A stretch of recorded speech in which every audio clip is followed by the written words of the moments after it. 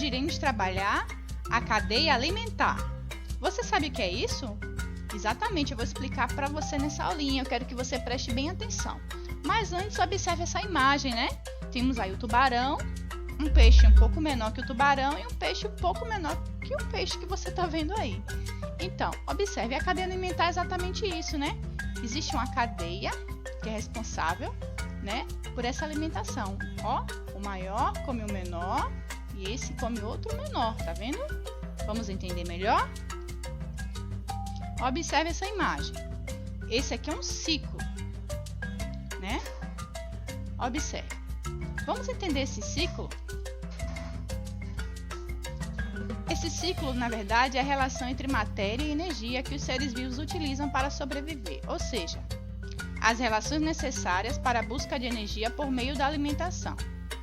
De forma simplificada, pode-se classificar isso como uma cadeia alimentar, a sequência de organismos que servem de alimento uns para os outros, tá vendo?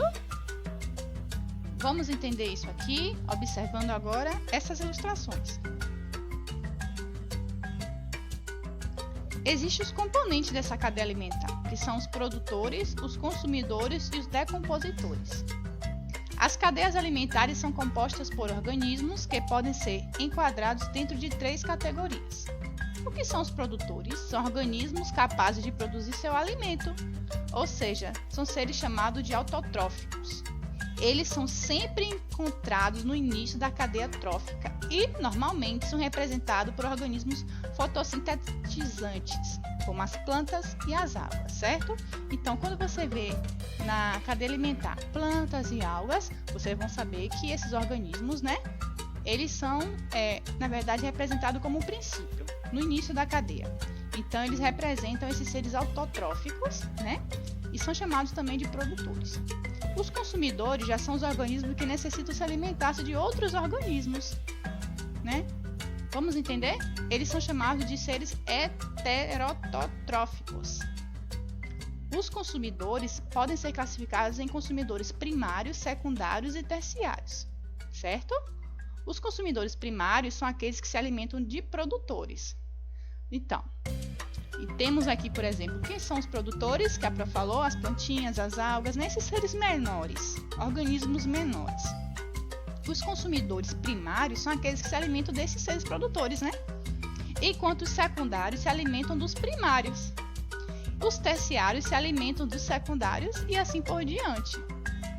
E tem os decompositores, que são organismos que realizam a decomposição, que é um processo em que esses seres retiram da matéria orgânica morta a energia necessária para a sua sobrevivência e desenvolvem importantes substâncias para o meio. Como exemplo de organismos decompositores, podemos citar os fungos e as bactérias, né? Você já observou quando um animal morre, né? O que vai acontecer com isso? Ele vai apodrecer, não é? E aí as bactérias vão tomar conta dele, esses fungos, né? Os protozoários. É importante destacar também que os organismos decompositores atuam em todos os seres vivos, certo?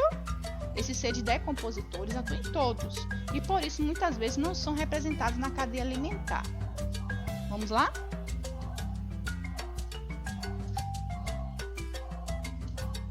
Percebemos, portanto, que cada um dos componentes das cadeias alimentares caracterizam-se por terem organismos com necessidades alimentares em comum. Então, todos eles têm necessidades em comum.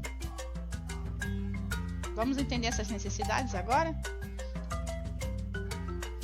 No exemplo apresentado agora, nós temos uma cadeia alimentar terrestre, na qual é possível observar uma planta, um rato, uma cobra e um gavião. A planta é o produtor dessa cadeia alimentar, pois é capaz de produzir seu próprio alimento, por isso que ela é chamada de produtor. Né? Você sabe que a plantinha ela produz seu próprio alimento, ela não precisa sair para pegar os alimentos que ela precisa, né? E esse alimento é produzido pela fotossíntese. Ela serve de alimento para o rato, o qual se comporta, portanto, como um consumidor primário, né? Então, o rato é primário porque ele vai se alimentar dessa plantinha, né? Que na cadeia alimentar ela é apenas um produtor. Então, a cobra já se alimenta do consumidor primário.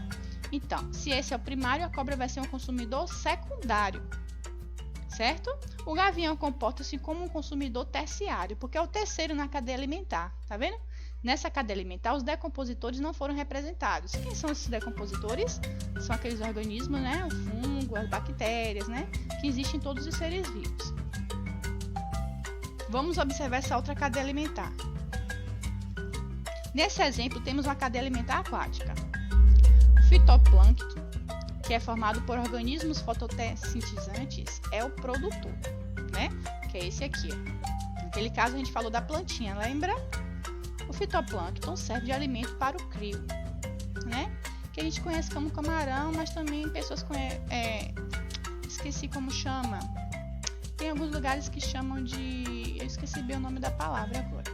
Mas vamos sintetizar como se fosse um camarão, que se comporta, portanto, como consumidor primário, porque ele se alimenta desse plâncton, né?